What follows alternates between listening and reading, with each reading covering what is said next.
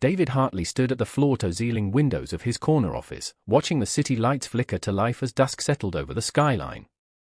At 57, he'd spent 3 decades building Hartley Property Group from a single rental building into one of the city's most successful real estate firms. The view from the 42nd floor was spectacular, a testament to everything he'd achieved. But lately, the view felt lonely. His wife Grace had passed away 4 years ago. His son lived in Seattle with a family of his own, and David found himself working longer hours, not because he needed to, but because going home to an empty penthouse felt harder than staying at the office. It was nearly 6 o'clock in the evening when his assistant Margaret buzzed his phone.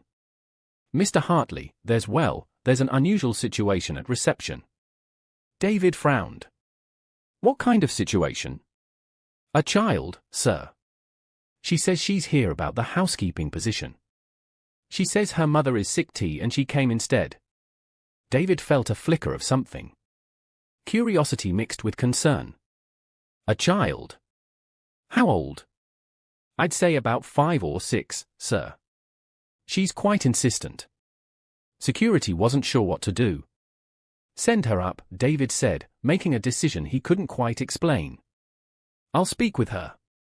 5 minutes later, his office door opened and the most extraordinary little visitor walked in. She had golden blonde curls that tumbled past her shoulders, wearing a blue-collared shirt and dark leggings.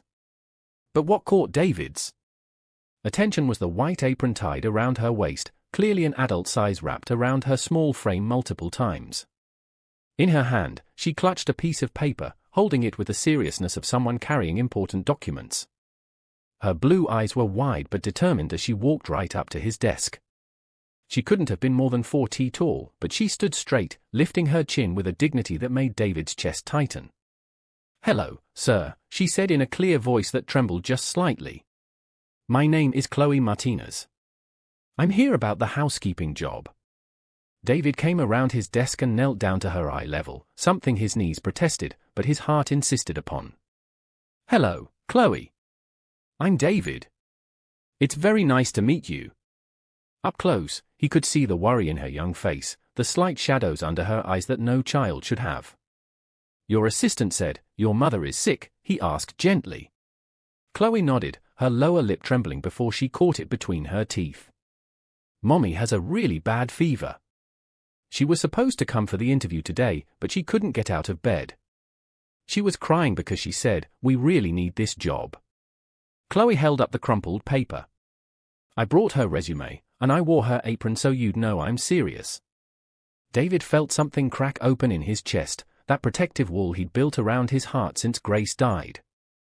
"That was very thoughtful of you, Chloe, and very brave to come here by yourself. How did you get here?" "I took the bus. Mommy taught me which one goes downtown. She takes me on it sometimes when she has to work." Chloe's voice grew smaller. "I left her a note so she wouldn't worry.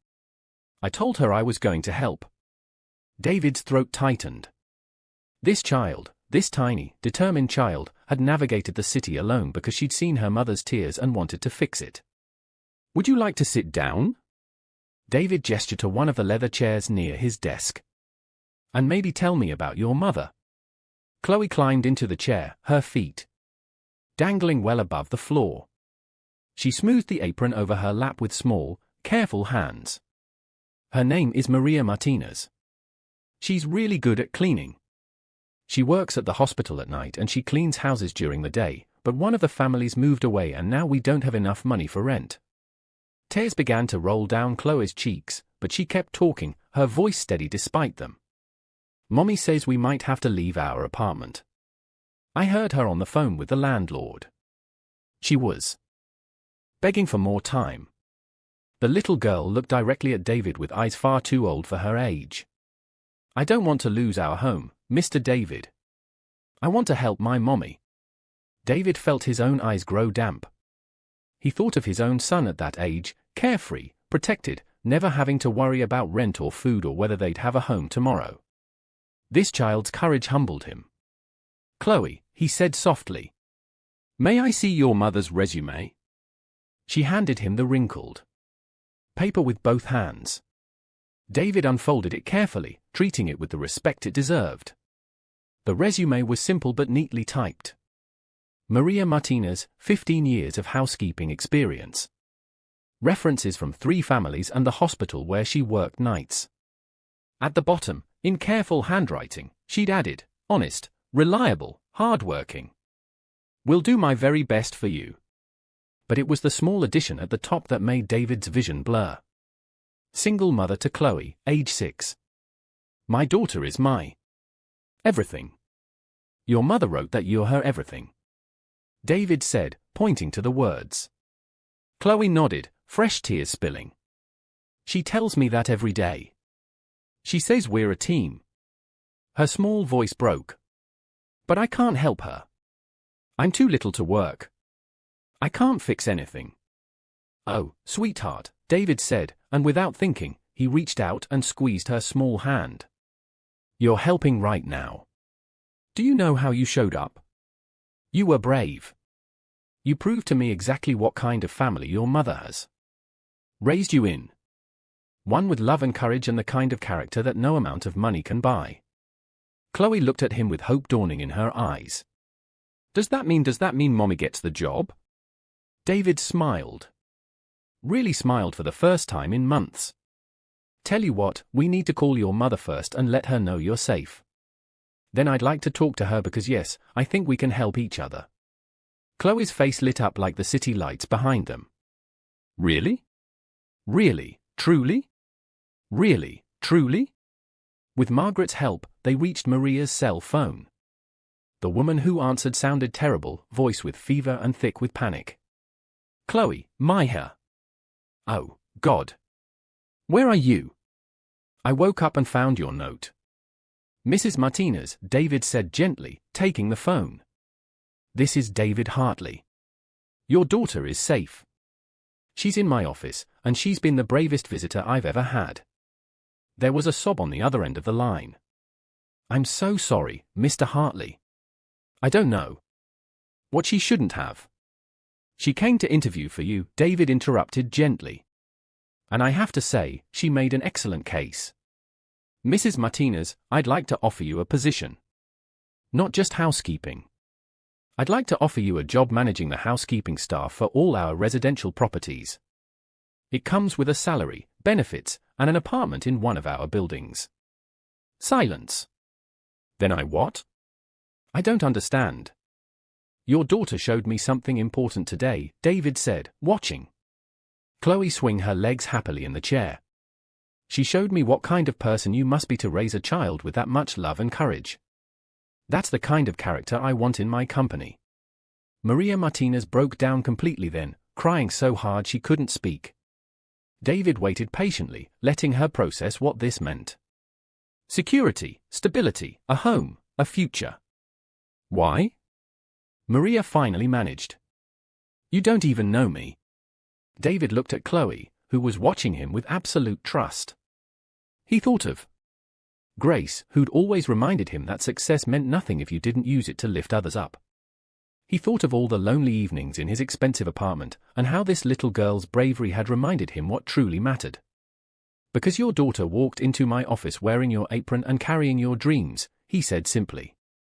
And she reminded me that the best measure of a person isn't what they've achieved, but who they love and how they love them. You've raised an remarkable child, Mrs. Martinez. The rest is just details. That evening, David personally drove Chloe home in his car. The apartment was in an older building, modest but clean. Maria met them at the door, still clearly ill, but steady on her feet now, tears streaming down her face as she gathered Chloe into her arms. Thank you, she whispered to David over her daughter's head. Thank you for seeing her, for seeing us. Thank you, David replied. For reminding me what's important. The years that followed brought changes David hadn't anticipated. Maria proved to be an exceptional manager, organized, fair, beloved by the staff she supervised. But more than that, she and Chloe became part of David's life in unexpected ways. He found himself looking forward to Chloe's visits to the office when Maria would bring her after school. The little girl would do her homework in the break room, and sometimes David would take a few minutes away from meetings to help her with math or simply listen to her chatter about her day.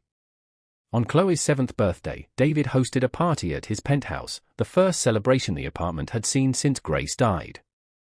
His son flew in with his family, and David's grandchildren played with Chloe, filling the space with laughter and joy. "Dad," his son said quietly, watching David help Chloe blow out her candles. "You seem different, happier." David smiled.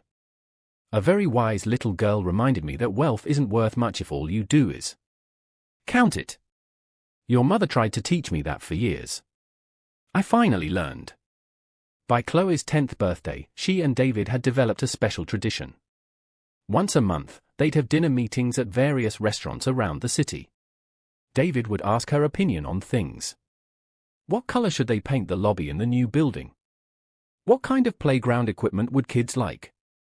Chloe took these consultations seriously, offering thoughtful ideas that David actually implemented. Maria thrived in her position, eventually becoming director of operations for all Hartley properties.